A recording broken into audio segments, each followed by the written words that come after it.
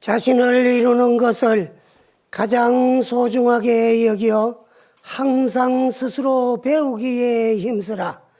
자신을 이롭게 한 후에는 다른 사람을 가르치며 실적 내지 않으며 지혜롭고 은혜에 보답하는 사람이 되어야 한다고 하더이다.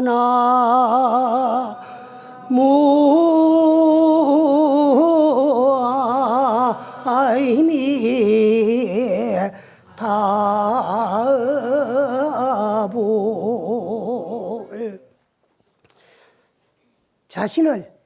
자신 스스로를 이루는 것이 가장 중요하고 큰 일이에요. 그리고 항상 그렇기 위해서는 배워야 됩니다. 배우지 아니하면 안 되거든. 그래서 고조사님 말씀에 옥불탁이면 옥이 아무리 좋고 아름다워도 쪼아서 따듬지 아니하면은 구슬이 되고 그릇이 될 수 없다 그게요. 그 옥불탁이면은 불성기고 인불학이면은 사람은 배우지 아니하면은 성공하고 도를 이룰 수가 없다 그게요. 그렇게 해서는 항상 부지런히 배우고 또 내가 배운 데 대한 절대적인 믿음을 가져야만이 그걸 내 것으로 만들 수가 있고 또 내 것으로 만들어야만이 실천 수행을 할 수가 있어요. 그래서 불교는 다른 종교와 같이 타력신앙 믿어가지고 절대자 상대의 힘에 의해서 구원받는 그런 종교가 아니고 불교는 자력신앙 스스로의 힘으로 열심히 부지런히 노력해요. 그래서 열심히 노력해가지고 자성을 증득하고 깨달는 자각의 종교가 불교거든. 그래서 배워야 되고 믿어야 되고 또 실천해야 되고 실천해야만이 구경회가 목적을 이루고 달성할 수 있더라. 그렇게 되면은 자기 자신만 이루어올 것이 아니고 또 다른 사람을 가르쳐야 돼요. 또 일러줘야 되고. 그 이제 바로 상구보리야. 울로는 이 없는 불도를 구하고 내가 또 구하고 증득해가 깨달으면은 하와 중생, 일체 모든 중생을 교화하고 제도해야 돼요. 그런 데 있어 가지고는 게으르면 안 돼. 또 실증 내서도 안 되고 그러면서 항상 지혜롭고 은혜에 보답할 줄 아는 그런 사람이 되어야 한다. 그러니까 이제 은혜를 모르면은 사람이 아니야. 짐승도 살려주면은 그 은혜, 공을 갚을 줄 아는데 명색이 사람이 은혜를 갚을 줄 모르면은 짐승만도 못하다. 항상 은혜를 보답할 줄 알아야 되고 또 우리는 그렇게 베풀 줄도 알아야 돼요. 베푸는 걸 불교에서는 보시라고 하는데 뭐 베푸는 데는 여러 가지가 있지요. 먼저도 법시, 제시, 무예시에 대한 말씀을 잠시 드렸는데 우리가 베푸는 데는 죽어가는 생명을 살려주는 것보다가 더 큰 베품이 없어요. 그래서 우리 불교에서는 죽는 걸 살려주는 것을 방생이다 그래요. 그 놓아서 살려준다 그 말이에요. 놓을 방자 날생자. 죽음에 처해 있는 생명을 놓아서 살려준다. 그리고 우리 중생들의 분상에서 보면은 짐승은 짐승이고 나는 만물의 영장 위대한 사람이야.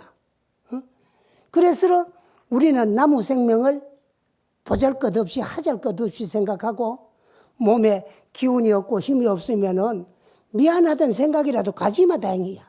미안하지만 요 생각도 안 가지고 그저 나는 사람이고 너는 짐승이니까 네 목숨을 빼앗아 가지고 네 고기를 내 입맛과 몸보신을 위해서 좀 먹어야 되겠다. 그러면서도 미안한 생각도 또 부끄러운 생각도 아무 생각을 안 가지고 그래요. 그거는 이제 나는 사람이고 만물의 영장이고 너는 짐승이라는 그런 생각 때문에 그래요. 그러나 불교를 공부하고 배우고 보면은 업이 틀려가지고 덮어쓰고 있는 껍데기, 이건 껍데기에 불과해요. 육체가 틀릴 뿐이지 생명의 본질, 생명의 본바탕은 조금 더 다름없어요. 그런데 업이 틀리기 때문에 각자 지어온 업이 틀리기 때문에 지금 받아 있는 덮어쓰고 있는 이 육체, 몸뚱아리가 틀릴 뿐이야. 뭐 내가 내 생명이 소중하면 상대에겐 상대 생명이 소중해요. 소중한데 상대 생명을 소중하게 생각 안 하기 때문에 죽이도 불쌍한 줄도 미안한 줄도 생각을 안 하고 어디 고깃집에 가 고기를 먹어도 요 이제 참 오늘 우리가 맛있게 씹어 먹는 이 고기의 주인공 생명의 본질은 내 생명과 조금 더 다름없고 지었긴 지 생명이 가장 소중하던 그런 생각조차도 없이 그저 뭐 내만 생각해가 내 입맛만 생각하고 내 보신만 생각해가 나무 생명을 보잘것없이 생각해요. 그러나 우리 불교에서는 일체 모든 중생들의 생명의 본질은 하나야. 하나인 그 생명의 본질을 우리는 망각하고 내 몸뚱아리만 날로 믿고 알고 생활하기 때문에 일생 동안에 이 몸뚱아리를 위해서 이놈 앞잡이 노릇하고 이놈 종질하고 이놈 즐겁고 이놈 행복하게 해주니라고 지은 업 때문에 육도를 전전하면서 윤회전생하는 게 이게 생가사라. 그래서 우리는 오늘은 그 참 살리준 생명에 대한 은혜에 보답하는 말 가운데 또 이제 우리들이 나아서 길러서 가르쳐준 은혜에 보답하기 위해서 요즘은 이제 편지 문화가 사라지고 없어졌어요. 근데 지금 한 40년 전만 하더라도 또 6.25 사변 이후에는 대한민국 남자로 태어나면은 주로 아마 일생 동안의 편지를 그 청춘 남녀들도 옛날에는 그 이제 서로가 그 이제 참 교제를 하고 할 적에 그 소위 연애 편지라는 편지를 가지고 서로 이제 대화를 하고 그래서 멀리 있으면 가까이 있으면 만나지만 그러나 그 외에 가장 많이 써본 편지 가운데 옛날 군에 가면은 고향에 있는 부모들에게 가장 앉아 일생 동안의 편지를 많이 써봤을 거예요. 부모한테는 그때 제일 많이 써봤을 거야. 근데 지금은 이제 그때는 전화도 없었잖아요. 나는 옛날에 산중에 살다가 이제 도시 나오니까 전화가 있더라고. 그래서 도시절에 잠시 조금 가깝고 친한 스님이 주질사인데 머물렀는데 전화가 와도 어찌 받아야 되는가 겁이 나가 가슴이 두근거리고 그랬어요. 전화 거는데도 이렇게 돌려가지고 그래 이제 참 걸고 그랬는데 그러니 이제 또 전화가 나오고 요즘 핸드폰 이런 거는 참 세상에 나와가지고 생활이 이렇게 편리해지리라고는 꿈에도 다 생각 안 했잖아요. 그래 옛날에는 멀리 있으면 전화도 할 수 없고 그럴 땐 전부 편지로 안부를 묻고 그래요. 근데 보면 참 세월이 유수해서 그 유수하다는 건 물같이 흘러간단 말이야. 그래서 빠르다 그 말이거든. 빨라서 고향을 떠나온 지도 참 몇 개월이 됐고 말이라 어떻고 하며 하다가 보면 너는 이제 또 와가지고 불호가 될지언정 참 나서 길러주신 부모님의 은혜에 결초보응하겠습니다. 이런 말들을 다 해요. 그 부모님의 은혜에 결초보응 가는 거 그 뜻을 모르면 참 안 돼요. 그리고 결초보은이라고 맺을 결자 풀초자 아니야. 풀을 맺어가지고 보은이라 그 은혜에 보답하겠다. 그 말인데 보은한다 그는 거는 이제 참 은혜에 잊지 않고 보답하겠다 그 말이거든. 왜 해필 낳아서 길러서 가르쳐준 부모님에게 풀을 맺어가지고 보답하느냐. 이 말의 어원은 어디서 나왔나 하면은 옛날 중국에 진나라라고 하는 나라가 두 개가 있어요. 동시대에 나갈 진자를 쓰는 진나라가 있고 나라 진자 쓰는 진나라가 있어요. 그래서 나갈 진자를 쓰는 진나라에 위무자라고 하는 무사 출신이 한 분이 있었어요. 그래서 그분은 이제 참 무술도 잘하고 힘도 세고 그러니 이제 참 요즘으로 말하면 장군 출신이야. 그래 이제 돈도 있고 또 권력도 있고 무사기 때문에 힘도 있어요. 그런 분이 위무자라고 하는 분이 있었는데 그분이 나이가 한 60쯤 됐을 적에 권력과 가진 금력과 또 힘을 이용해 가지고 가난한 집에 17, 8살 나는 아주 아리따운 처녀를 권력으로 뺏어왔는지 뭐 돈을 주고 사왔는지 데려다가 소첩으로 삼았어요. 그 나가야 한 60살 뭐 돼가지고 17, 8살 먹었는 어린 아기를 자식보다 더 어린 거를 이제 참 소첩으로 맞아 들이나 놓을게 또 보니 사랑스럽기가 그지 없어요. 너무 사랑하다 보니 또 불쌍한 생각이 들어요. 그래서 항상 시간이 있으면 아들이 형제가 있었는데 하나는 위가고 하나는 위기야. 당신은 이무자고. 그런데 그 아들 가와 기 두 형제를 불러놔 놓고 내가 참 어쩌다가 보니까 나이가 들어가지고 저 어린 것을 이름이 조희야. 이 조희를 소첩으로 맞아 들였는데 가난한 집에 돈 없는 집에 태어나가지고 이 늙은이에게 소첩으로 와가 인생이 뭔가도 모르고 인생의 항락도 모르고 절에 살다가 가가지고는 안 될 셈이니까 내가 죽고들랑 좀 젊은 건장한 사나이를 남편으로 맞이해가지고 재가를 시켜주어라. 항상 그렇게 유언을 했어요. 그러다가 세월이 흘러가지고 위무자가 병이 났어요. 그래 이제 자리에 눕게 됐는데 자리에 눕는데 이제 병수발을 하는 그 소첩을 보니까 너무 아리따고 곱고 아까워요. 그래 저거를 놔두고 내가 어찌 죽어 못 잡고 싶어. 그래가지고 아들 형제를 불러놔 놓고는 그 당시에는 권력이 있고 힘이 있으면은 못 잊고 그리운 사람을 죽을 때 산채로 묻어가 순장을 하기나 또 순사를 하기로 해가지고 함께 매장을 하기나 그랬어요. 그러니까 저걸 도저히 불쌍해가지고 했는데 젊을 때는 그 조금 이제 정신이 있을 때는 이제 아가 병이 들으니까 아까워가지고 저걸 남 줄 수도 없고 저걸 놔두고 죽으려고 눈도 못 감겠으니까 저거를 나 죽고들랑 묘지에 함께 산채로 순장을 해가지고 내가 데려가두고 해두고 그렇게 또 유언을 했어요.